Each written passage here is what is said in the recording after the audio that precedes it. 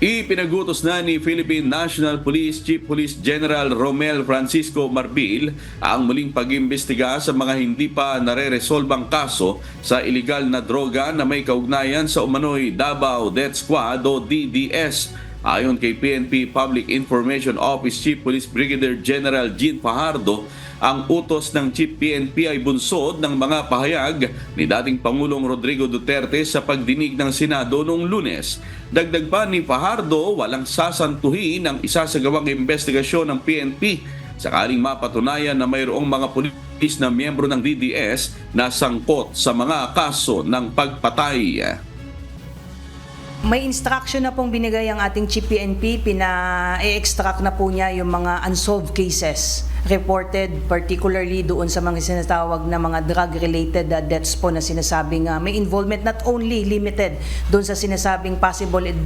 involvement ng death squads po.